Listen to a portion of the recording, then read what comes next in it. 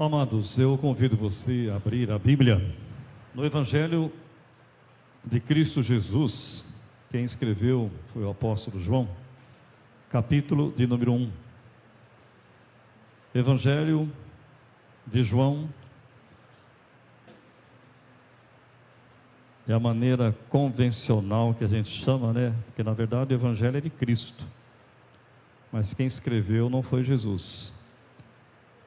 Quem escreveu foi o apóstolo chamado o apóstolo do amor, né, queridos? Capítulo de número 1. Evangelho de João, capítulo 1, queridos. Nós vamos ler do versículo 29 até o verso de número 34.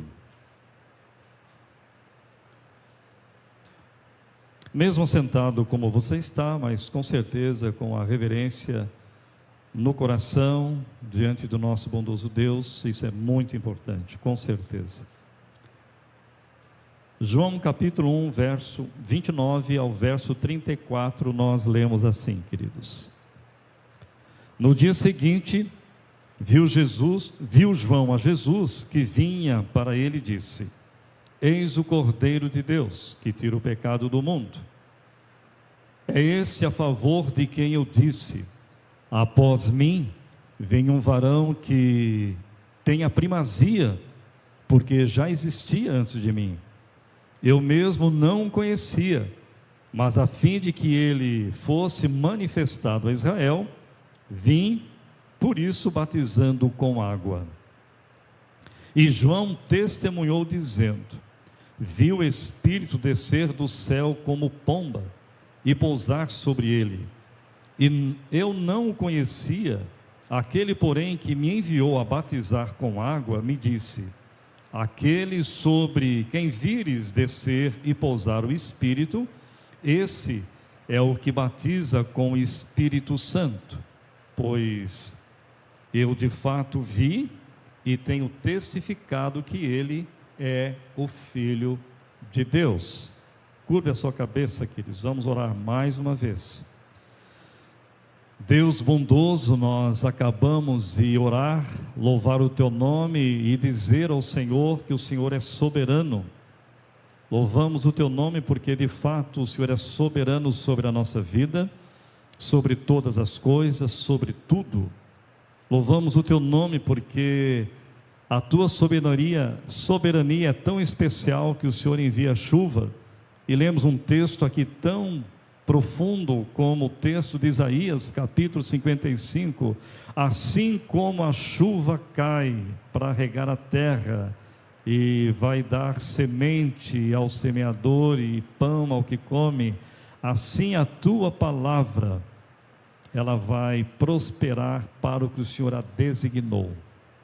Deus, trabalha no nosso coração, para que nós possamos de fato conhecer a Tua palavra, conhecer mais o Senhor, e que nós possamos aprender a Te adorar, aprender a Te servir, com alegria, com zelo. Exorta o nosso coração, se essa for a Tua vontade. Consola o nosso coração, aqueles que precisam ser consolados pela Tua palavra. Traz ânimo, aqueles que porventura já adquiriram o hábito apenas de assistir os cultos pelas mídias. Bondoso Deus, especialmente aqueles que são membros desta igreja, que o Teu Espírito Santo possa trabalhar na vida deles, para que eles saiam da zona de conforto e venham se unir a nós, louvar o Teu nome juntos, pessoalmente, presencialmente, para juntos crescermos na fé em Cristo Jesus. Para juntos, ó Deus, ouvir de fato o que a Tua palavra tem a nos ensinar. Aqueles porventura que estão enfermos emocionalmente, aqueles que estão enfermos fisicamente, estão impedidos de estar aqui, rogamos que o Teu Espírito Santo os cure, que a Tua boa mão esteja sobre a vida de cada um, para que num futuro muito breve possam se alegrar conosco. Fala ao nosso coração.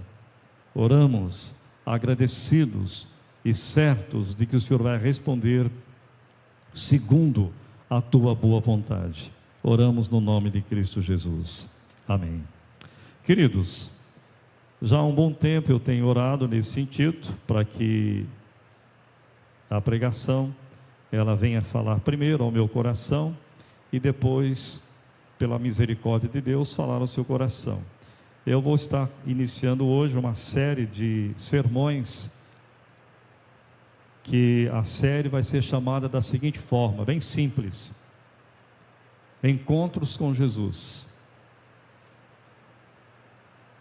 Para quem conhece o livro de Tim Keller, alguém já está pensando, o pastor vai pegar lá os sermões de Tim Keller para falar sobre... Não, não vou pegar não, de forma alguma. Eu tenho um livro, é um livro precioso, que fala dos encontros, alguns encontros, não dos encontros, mas alguns encontros de Jesus Cristo com algumas pessoas. Mas não é sobre esse livro não, tá? Então você fica tranquilo, quem conhece o livro, eu não estou plagiando, não vou plagiar, fica tranquilo quanto a isso. Primeiro porque Tim Keller não fala sobre esse encontro que aqui eu vou estar compartilhando com você. O encontro de João Batista com Jesus. Ele fala outros encontros, né? Que não vem no caso aqui. Estou falando isso, querido, primeiro porque está sendo transmitido ao vivo. E algum esperto da internet vai dizer, olha lá, aquele pastor carequinha, pintadinho, está plagiando o que o Tim Keller está fazendo, né? Então já estou dizendo aqui que não tem nada a ver uma coisa com a outra, tá bom? Infelizmente, os dias de hoje, pelo fato que é uma bênção os cultos serem transmitidos, porque até em lugares muito longe daqui, pessoas têm tido o privilégio de assistir o culto, né? Mas só que tem um perigo muito grande, né? Que tem aqueles espertalhões, aqueles mandados por Satanás para assistir os cultos, e aquela palavrinha errada que o pastor fala, ou os pastores falam, depois vai dar isso aqui para dizer, meu filho, eu nunca disse isso. Mas depois que falou, e depois que o infeliz colocou nas mídias o que ele quis colocar, é só Deus para mudar isso, tá bom, amados? Infelizmente hoje precisa se falar isso, infelizmente, tá bom? Queridos, o texto vai estar falando exatamente a respeito do encontro precioso, maravilhoso, de João Batista com o Senhor Jesus Cristo, ou de Jesus Cristo mais precisamente com João Batista.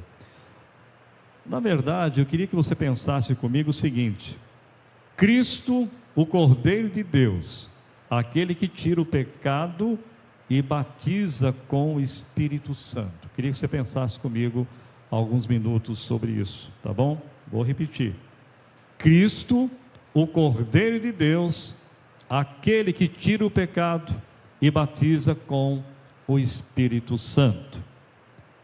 Amados, essa passagem contém um versículo que deveria estar gravado em grandes letras na nossa memória, de todo aquele que lê a palavra de Deus, de todo aquele que lê as Escrituras, de todo aquele que lê esse texto.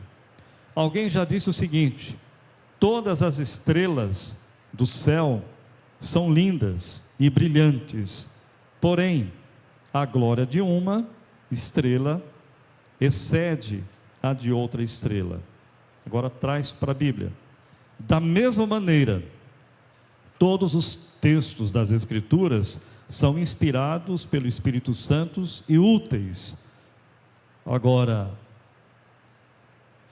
há alguns textos que nós lemos na Bíblia que brilham mais do que outros. Então você concorda com isso? Se você falar que não concorda, você está sendo equivocado. Porque você vai dizer assim: pastor, tem um texto na Bíblia que eu não consigo ler outro texto. Todas as vezes que eu vou para a Bíblia, eu vou naquele texto, porque ele fala muito a minha vida. Estou dizendo? É porque aquele texto para você, ele fala mais do que outros textos. Não está errado. Isso é natural e normal das Escrituras. E graças a Deus que há textos assim. Agora, esse texto que nós lemos aqui, queridos, ele se sobressai de muitos textos na Bíblia. Que texto é esse? É quando João Batista, ele diz aqui para os seus ouvintes, que quem relata isso aqui é o apóstolo João. No dia seguinte, viu João a Jesus que vinha para ele e disse: eis o Cordeiro de Deus que tira o pecado do mundo. Amados, primeira lição que eu quero destacar para nós aqui, baseado no Cristo, o Cordeiro de Deus, aquele que tira o pecado e batiza com o Espírito Santo. A primeira lição é, nessa passagem, o nome peculiar que João dá para Cristo é o Cordeiro de Deus. O João Batista, ele dá esse nome para Jesus. Até então, muitos não tinham prestado atenção até nos dias de João Batista. Da onde João Batista tira isso? Lá do Antigo Testamento, a respeito do cordeiro que muitas vezes era sacrificado, literalmente o cordeiro, o animal perfeito, era sacrificado, sempre apontando para a pessoa de Cristo Jesus. Ao contrário do que alguns supõem por esse nome, não se compreende simplesmente que Cristo fosse manso e gentil como um cordeiro. Sem dúvida, isso é verdadeiro, mas seria apenas uma pequena parcela da verdade. Há razões mais grandiosas para Cristo ser chamado assim, queridos, porque a ideia que nós temos de um cordeiro, de uma ovelha, qual que é? É que ela é mansa, que ela é humilde. Quando Jesus Cristo vem, a ideia que as pessoas têm o tempo todo é essa, e até hoje, as pessoas têm ideia de um Jesus Cristo, é só você ver as fotografias, os desenhos, na verdade, sobre Jesus, é aquele Jesus piedoso, com aquela mãozinha no coração, que parece que está chorando. Você olha para ele assim, puxa vida, Jesus, tenho pena de você, tadinho de você, como você está feio nessa foto, né? Coisa esquisita essa cara que eles fazem de um Jesus ali piedoso, um Jesus que quase está pedindo, pelo amor de Deus, olha para mim. Se você não interpreta assim, é porque você não presta atenção nesses negócios, meu querido irmão. Porque quando eu olho essas coisas, eu fico analisando, falo, meu Deus do céu, o Jesus da Bíblia não tem nada a ver com essas imagens que é colocado aí, não tem nada a ver com isso. O ser humano vai ter uma surpresa muito grande, inclusive a própria igreja, de quando Jesus Cristo, Deus abrir os céus na sua segunda vinda. Meu amado irmão, leia o livro do Apocalipse e você vai ver a verdadeira realeza de Cristo Jesus quando Ele voltar. Não é isso? Então perca essa imagem de Jesus Cristo, aquela ovelhinha mansa, humilde. Ele é muito mais do que isso. Não esqueça que Ele é o próprio Deus encarnado, queridos. Amém. O aleluia está certo na hora certa, né? Por isso que a mãe veio. Compreendemos por esse nome que Cristo foi o grande sacrifício pelo pecado, queridos. Aquele que veio para fazer a expiação pela culpa do pecado, por intermédio de sua morte na cruz. Ele era o cordeiro verdadeiro que Deus haveria de promover ou de prover, mencionado por Abraão a Isaque no Monte Moriá.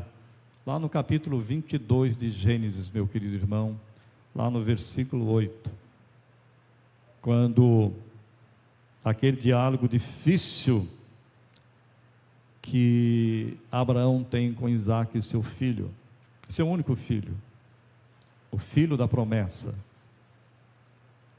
Imagine você está caminhando com o seu filho, você está indo fazer aquilo que Deus pediu, é o que Abraão está fazendo. Eu creio que era uma pergunta que Abraão jamais queria ouvir de Isaque, porque tinha lenha, tinha o que ia para o fogo, e tinha o cutelo, a faca, num português bem claro. Mas a pergunta de Isaque não calaria, né, queridos? Pai, temos tudo isso aqui, aonde está o cordeiro? Abraão sabia que naquele momento ali o cordeiro seria Isaque. A resposta de Abraão foi: Deus proverá para si, meu filho, um cordeiro. Queridos, pode ter certeza que esse episódio das Escrituras, isso não é uma parábola lá em Gênesis capítulo 22, algo real. Era o cordeiro verdadeiro para o qual apontava cada sacrifício feito no templo, de manhã e à noite. Era o cordeiro sobre o qual Isaías profetizou que seria levado ao matadouro, e ele não abriu a sua boca. Quando Isaac está amarrado lá na lenha, no altar, quando Abraão vai realmente matar o filho, sacrificar o filho, Deus do céu, na sua soberania, como cantamos aqui, dá um brado do céu e diz: não te faças nenhum mal, pois agora eu sei que você me teme, porque você não negou o seu único filho. E quando Abraão olha para trás, vê no arbusto o quê? Literalmente um cordeiro para sacrificar a Deus. Amados, todo sacrifício do Antigo Testamento, presta bem atenção nisso, meu amado irmão, você que ler a Bíblia, se você está deixando de ler o Antigo Testamento porque você não entende algumas coisas, eu vou te dar um conselho: ore, peça àquele que é o autor das Escrituras, o Espírito Santo, para que te dê entendimento, para que te dê discernimento a esse respeito. Porque há muitas pessoas, eu já ouvi muitas, de que não lê o Antigo Testamento, porque o Antigo Testamento é muito difícil de entender, como se o Novo Testamento fosse a coisa mais bonita de ler, entender e etc, etc. Eu te responder o seguinte, meu querido: você entende o nascimento virginal de Cristo por obra do Espírito Santo? Você entende isso racionalmente? Se você entende isso, me explica para mim, porque eu não entendo. Agora, a pessoa fala: não, eu não leio o Antigo Testamento, porque eu não entendo o Antigo Testamento. Ô, meu irmão, peça o discernimento do Espírito Santo. Por isso que a gente ora o tempo todo quando vai ler a Bíblia, queridos, pedindo a Deus: Senhor, tem misericórdia, aquilo que eu vou ler, que eu possa de fato compreender, e esse compreender venha redundar em glória ao teu nome, na praticidade da tua palavra, na prática da tua palavra.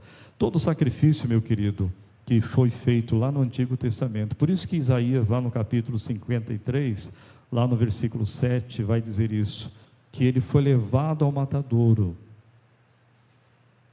para que de fato estivesse apontando para o Senhor e Salvador Jesus Cristo. Era o cordeiro verdadeiro, simbolizado, queridos, de maneira vívida pelo cordeiro pascal lá no Egito. Enfim, queridos, Cristo era a grande propiciação pelo pecado, a qual Deus prometera enviar ao mundo desde a eternidade, antes da fundação do mundo. Ele era o Cordeiro de Deus. Estejamos, queridos, atentos para que, ao pensarmos em Cristo, sempre o façamos conforme João Batista o apresentou nesse texto: eis o Cordeiro de Deus que tira o pecado do mundo. E continua, queridos, até a volta de Jesus, ele continua tirando o pecado do mundo, porque todo aquele que crê em Jesus Cristo, como diz as Escrituras, é salvo. O pecado é tirado, é removido pelo sangue na cruz do Calvário. Sem isso não há salvação, queridos. Sem isso não há remissão de pecados. Sem isso não há redenção. Não há outra forma. Esse mesmo apóstolo vai explicar isso de maneira um pouco mais clara lá na sua primeira carta, que aquele que não crê que Jesus Cristo veio em carne, este tal não é dele. Amados, sirvamos a Cristo fielmente como nosso mestre, obedeçamos a Ele lealmente como nosso Rei, atentemos aos seus ensinos como nosso profeta, Sigamos diligentemente seus passos, tomando-os como exemplo, queridos, e aguardemos intensamente o quê? A sua vinda.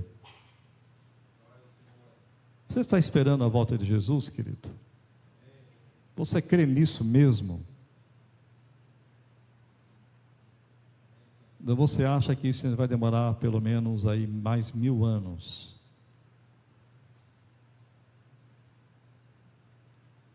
Eu creio que não. Que quando você vê o mundo, você lê a história que acontece nos nossos dias, e você olha para o que Jesus Cristo fala, para o que outros profetas falaram sobre a sua segunda vinda, muita coisa já aconteceu, coisas estão acontecendo nos nossos dias, outras vão acontecer muito próximo da volta de Cristo. Preste atenção nisso, meu irmão. O Cordeiro de Deus está para voltar.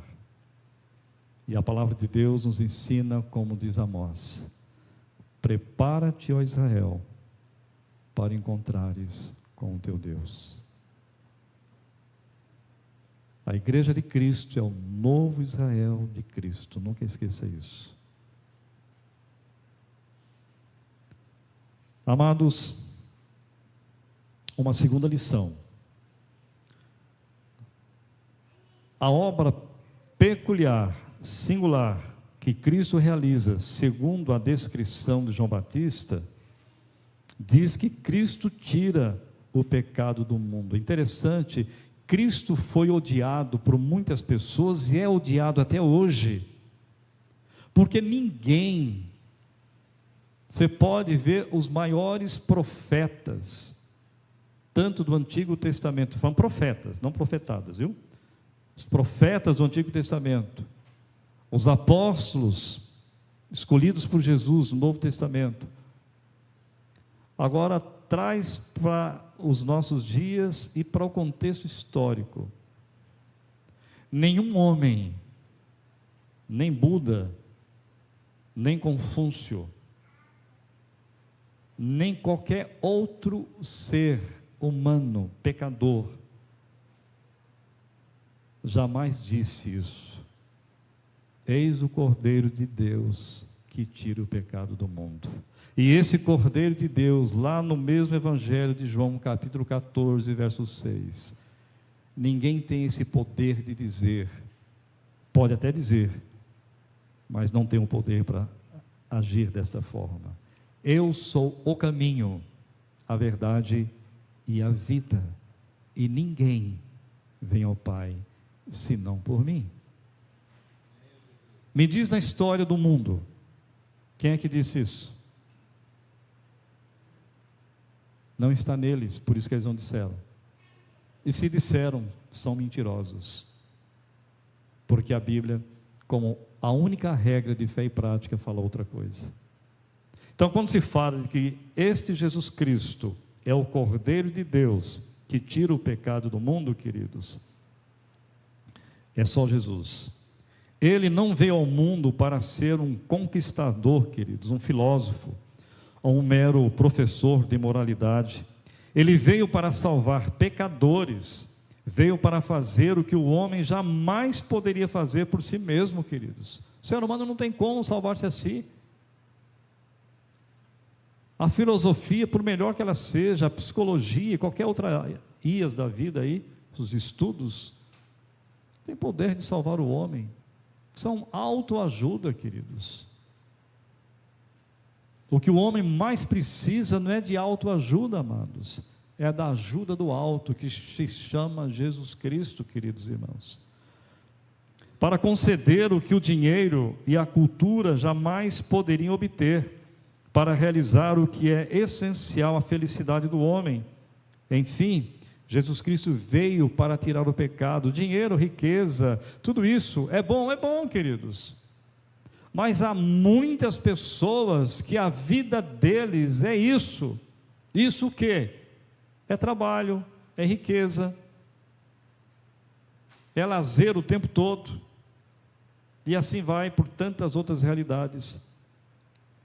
É o vazio tremendo que há no coração do ser humano, que ele tenta preencher essas coisas para ver se há alguma coisa melhor disso. E não vai conseguir, porque a Bíblia é muito clara sobre essa questão. Cristo é um Salvador completo, queridos. Ele é completo porque é só Ele que pode tirar o pecado. Não fez apenas uma vaga proclamação de perdão e misericórdia, queridos. Ele levou sobre si os nossos pecados e os afastou de nós. Diz a palavra de Deus que Ele joga nas profundezas do mar todo o nosso pecado.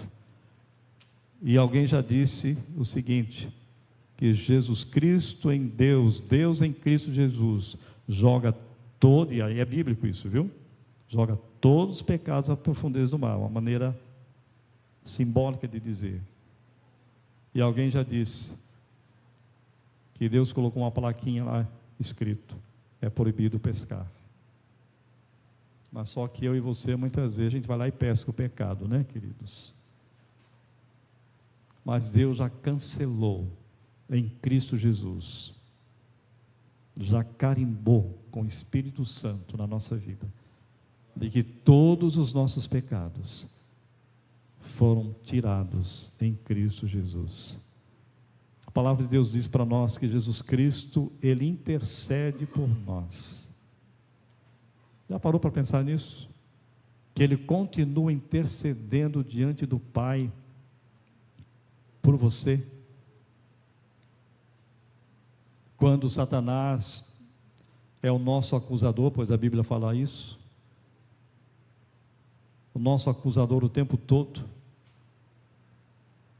e com certeza, se ele ainda vai diante de Deus, nós não sabemos, é um mistério isso aí, mas se ele vai acusar você, acusar a mim, acusar os seus filhos redimidos em Cristo Jesus, qual é a palavra de Jesus para Deus Pai? Pai, este filho, o meu sangue foi derramado por ele é justo. Nunca esqueça isso. É o que a Bíblia nos ensina. Paulo vai falar isso na carta aos Romanos o tempo todo, sobre a justificação pela fé. Cristo é um Salvador poderoso, um Salvador para toda a humanidade. Ele tira o pecado do mundo. Queridos, Cristo morreu para tirar o pecado do mundo, queridos. Mas aqueles que são literalmente perdoados são apenas aqueles a quem Ele elegeu para a salvação. É isso que a Bíblia ensina, o tempo todo. O pagamento que efetuou na cruz, amados, é mais do que suficiente para salvar os débitos de todos. O sangue que derramou foi precioso, o suficiente para lavar os pecados de todos. A expiação feita na cruz foi suficiente para toda a humanidade, embora seja eficaz apenas para os que creem, para aqueles a quem Ele elegeu antes da fundação do mundo. Não tem como fugir a essa verdade, queridos. Porque se todos um dia vão para o céu, como muita gente acredita e prega, muitas pessoas pregam nesse país, que não há inferno, esse negócio de que Cristo morreu na cruz e que existe eleição para uns e para outros não, que isso é papo furado, há muitas pessoas falando isso, queridos. Então a gente vai fazer aquilo que o apóstolo Paulo ensina na primeira carta aos Coríntios, capítulo número 15. Porque se Jesus Cristo não é Deus, se Ele não ressuscitou, nós somos as pessoas mais infelizes desse mundo. Porque nós pregamos que Ele está vivo e não está vivo, morreu, acabou, como qualquer outra pessoa. Só que Paulo vai falar, não, Ele ressuscitou, Ele foi as primícias da ressurreição. Amados, creia nisso. É esse Jesus, o Cordeiro de Deus, que tira o pecado do mundo, mas principalmente daqueles que creem naquilo que nas Escrituras nos ensinam. A cada dia, queridos, purifica, limpa e lava as almas de seu povo. A cada dia concede e renova sobre eles a sua misericórdia, queridos. Por isso que eu e você, a Bíblia nos ensina que nós devemos o quê? Buscar viver uma vida de santidade, queridos. Você vai ser santo, perfeito nesse mundo? Não.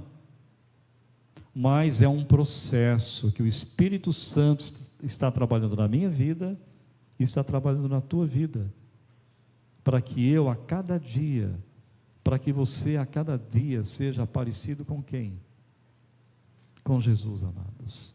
Para que as pessoas que ainda são cegas espirituais possam ver na igreja de Cristo a luz de Cristo, refletir essa luz maravilhosa. Você que é marido, você que é esposa, você que é filho, você que é filha, pensa nisso, essa responsabilidade que todos nós temos de refletir a luz de Cristo. Cristo, amados, ainda trabalha ao dispensar sua graça e providência ao seu povo.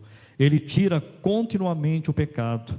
Essas verdades são realmente preciosas. Se todos aqueles que as conhecem as aplicassem em sua vida, a igreja de Cristo seria sobremodo muito mais abençoada do que ela já é. E a terceira e última lição, queridos, nós precisamos lembrar também de que o ofício atribuído a Cristo por João Batista, João fala sobre Cristo como o que batiza com o quê? Com o Espírito Santo. A igreja não tem poder de batizar ninguém com o Espírito Santo. O máximo que a igreja pode fazer e deve fazer, que é uma ordenança de Jesus, de nós irmos e pregarmos o Evangelho a toda criatura, ensinar e batizar, em nome do Pai, do Filho e do Espírito. É o que a gente pode fazer. Saiu disso, a igreja não pode fazer mais nada. Agora, Jesus, por isso que João Batista testemunha, eu disse para vocês, eu não o conhecia, ele já existia antes de mim, isso é verdade? Pelo menos o primeiro versículo desse mesmo capítulo diz assim: no princípio era o Verbo, e o Verbo estava com Deus, e o Verbo era Deus. Ele estava no princípio com Deus. Todas as coisas foram feitas por intermédio dele, e sem ele nada do que foi feito se fez. Esse Verbo, nada mais, nada menos, se chama Jesus Cristo. E aqui João Batista está dizendo, eu disse para vocês, eu não o conhecia, ele já existia antes de mim, é por isso que eu estou mostrando para vocês, eis o Cordeiro que tira o pecado do mundo. Em outras palavras, João Batista está dizendo, é nele que vocês têm que crer, não em mim, vocês têm que crer na minha mensagem, que está apontando para ele, mas ele é o Cordeiro de Deus que tira o pecado, e ele virá para batizar com o Espírito Santo, diz João Batista, eu batizo com água, mas quando ele vir, ele batizará com o Espírito Santo. Amados, não é um batismo que pertence exclusivamente às crianças ou aos adultos, não pode ser ministrado por homens, sejam episcopais, sejam presbiterianos, sejam de qualquer outra denominação, leigos ou ministros, ou qualquer outra denominação cristã. É o batismo, queridos, que o grande cabeça da igreja, Jesus Cristo, guarda com exclusividade em suas próprias mãos, e consiste em implantar a graça no homem interior. É o mesmo que o novo nascimento, é o batismo do coração e não do corpo, queridos. É o batismo que o ladrão arrependido lá na cruz, de um deles, Senhor, lembra-te de mim quando entrares no teu reino. Qual foi a palavra de Jesus? Não, meu filho, você foi uma praga nesse mundo, por isso você está aí morrendo aí, desse jeito, né? Você tem que descer da cruz de alguma forma. Vai lá para os apóstolos lá, eles vão batizar você, seja nas águas, seja com água, sei lá, se vira. Foi isso que Jesus respondeu?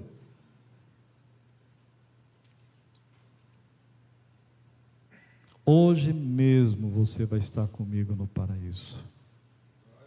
Meu amado irmão, vamos parar de brigar se o batismo é por imersão, se o batismo é por aspersão.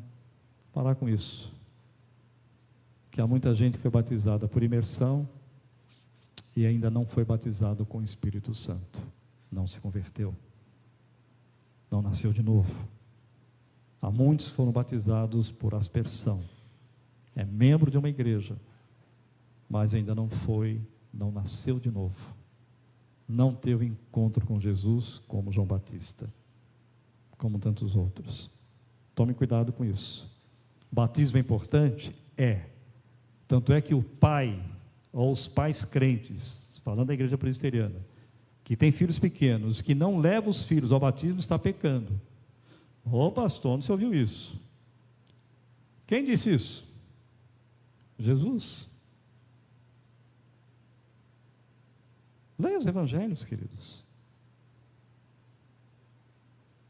A igreja presbiteriana tem uma parte dela na Constituição da IPB, que fala que os pais têm a obrigação, não só de trazer os filhos à igreja, como muitos de vocês, graças a Deus, têm feito isso. Tem trazido a escola dominical, mesmo que a Maitê está dormindo preciosamente no colo da mamãe Isis ali, né? A Thalita. A Celeste lá no colo do papai ali, né? Do Geraldo, do diácono. Estão entendendo alguma coisa? Claro que não. Mas isso é de Deus, amados. Vão crescendo, conhecendo os louvores, esse balbúrdio que muitas vezes eles não entendem, às vezes até chora, né? Porque eles estão acostumados com isso, mas na medida que o tempo vai passando, quanto mais você traz, mais eles vão se acostumando. É isso que a Bíblia ensina, queridos. Batismo não leva a sua criança, seu filho para o céu, meu querido. Quem leva é Jesus Cristo. Por isso que nós temos que trazê-los a Cristo o tempo todo. Eu disse aqui outro dia que nós não devemos apenas falar de Cristo aos nossos filhos, mas nós temos que apresentar Jesus para os nossos filhos. É diferente. Nunca esqueça isso. Para que quando eles estiverem um pouquinho mais entendendo das Escrituras, eles possam crer neste Jesus maravilhoso e sejam salvos, queridos. É a nossa responsabilidade. Para encerrar, queridos, devemos estabelecer como uma verdade fundamental de nossa fé, que João Batista refere-se ao batismo que é absolutamente essencial para a salvação. Que batismo é esse?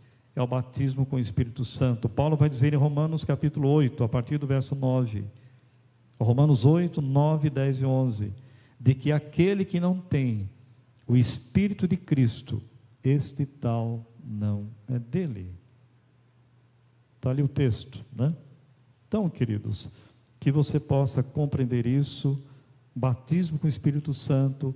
Se você não fala em línguas, não significa que você não foi batizado com o Espírito Santo, que tem muita gente, muita denominação, descendo a lenha nos presbiterianos, que a gente é frio, que a gente é isso, que a gente é aquilo, não sei o quê, e um monte de coisa, né? Aquele julgamento, né? de valores, que nós não podemos fazer isso, né? Porque a Bíblia não fala isso. Tem lugar nenhum na Bíblia que fala que para você ser salvo, ter o Espírito Santo, você tem que falar em língua. Me mostra um texto na Bíblia que fala sobre isso, no Novo Testamento. Ah, mas Paulo fala... Não, Paulo não fala isso, meu irmão. Paulo nunca disse isso. Nunca disse isso. O que nós precisamos, amados, é nos render aos pés da cruz de Cristo e rogar ao Espírito Santo para que eu aprenda a viver segundo o que Jesus Cristo nos ensina. Ponto. O que passar disso não é de Deus. Amados, a conclusão é a seguinte: a percepção é de que a primeira tarefa do Messias não é juízo e poderio dominador, mas tirar o pecado do mundo. Segunda conclusão, o Messias esperado, ao chegar, não é leão, mas cordeiro, não rei, mas servo. Do mesmo modo, o Rei dos Reis e Senhor de todos os senhores aparece no Apocalipse de João como cordeiro trucidado, Apocalipse 5, verso 6, precisamente quando está prestes a receber o livro dos 7 selos da mão de Deus, tornando-se assim o executor do plano universal de Deus. Amados, hoje Jesus Cristo é o leão da tribo de Judá, e quando ele voltar, ele não volta como cordeiro, ele virá como juiz. Nunca esqueça isso. Terceira conclusão, ele é contraposto à besta de Apocalipse 13, na qual se concentra todo o poderio humano em sua força máxima, na forma de cordeiro. Meu amado irmão, o livro do Apocalipse foi escrito para trazer ânimo à igreja, para trazer motivação, para dizer para a igreja: eu estive morto, mas estou vivo, e vou voltar para buscar a minha igreja e para julgar todos os ímpios. A aplicação é a seguinte, meu querido irmão. Ao terminar essa passagem, perguntemos a nós mesmos se somos batizados com o Espírito Santo e se temos interesse genuíno no Cordeiro de Deus. Amados, infelizmente, milhares de pessoas gastam tempo com controvérsias sobre o batismo nas águas ou com águas e negligenciam o batismo do coração. Outros, milhares, ou se contentam com um conhecimento intelectual acerca do Cordeiro de Deus, ou nunca o buscaram pela fé, para que seus pecados fossem realmente tirados. Amados queridos irmãos, estejamos sempre atentos para que tenhamos fé e um coração novo, com vistas à salvação de nossas almas. Que Deus abençoe você, que Deus fortaleça a nossa vida, para que a gente se renda cada vez mais a este Jesus maravilhoso, que um dia tirou o meu pecado e tirou o seu pecado. Se Ele não fez isso com você ainda hoje, peça a Deus, peça misericórdia, para que Ele entre no seu coração e que você seja transformado com um coração novo. Amém? Vamos orar. Deus bondoso, nós louvamos o Teu nome pela Tua palavra tão preciosa. Palavra essa que consola o nosso coração. Palavra essa que exorta o nosso coração a lembrarmos o tempo todo que Jesus Cristo é o Cordeiro de Deus que tira o pecado do mundo. Dá-nos sabedoria, dá-nos capacidade, dá-nos oportunidades de falarmos isso às pessoas que convivem conosco, seja no trabalho, seja os nossos vizinhos, seja na nossa própria casa, em qualquer lugar, ó Deus. Dá-nos oportunidade de apresentarmos este Jesus maravilhoso. É no nome dele que nós oramos. Amém.